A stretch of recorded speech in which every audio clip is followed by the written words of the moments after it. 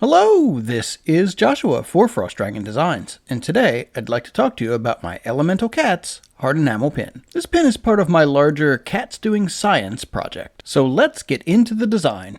So I'm going to start by saying I know this is not a complicated design. There's not much to it. See, what happened was I was working on sketches for other Cats Doing Science pins, and my wife was wearing a t-shirt with different elements on it that spelled out the word bacon. I'm sure you've seen shirts like it or a similar concept. And I just thought to myself, I wonder if I could spell cat.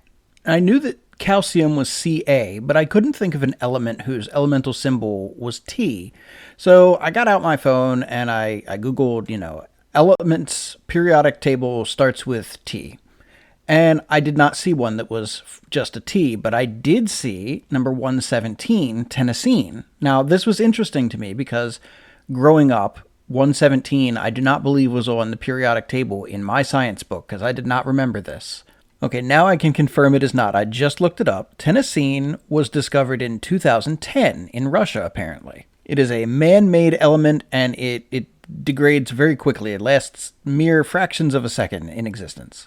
And thanks to this scientific discovery, I can now spell out the word cats with two elements, calcium and tenessine.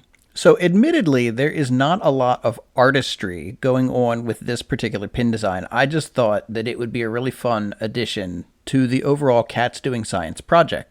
At one point, I did want to put a little sleeping cat on the top of these two element boxes, but I chose not to, because I thought just spelling out cats with the elements themselves would be a little more subtle for somebody who just wanted that. I may at some point do a version of it with a sleeping kitty sitting on top of the two element boxes, but for this particular pin design, I wanted something that was a little more understated and could be worn without drawing attention to, a cartoon kitty. There was still the issue of making sure that it felt balanced when I looked at it, so that was more kind of graphic design type balance than illustration balance. There weren't any characters or figures to make sure anatomy was correct or anything, but I wanted to make sure that the line weight felt good and that it looked good when I looked at it.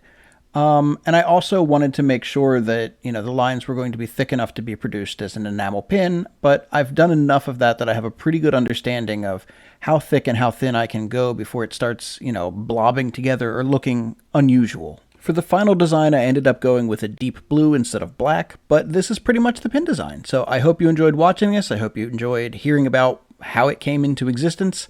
And please go ahead, like and subscribe. I put out new videos every week, and I'd love to have you back for the next one. Thanks so much. Have a great day.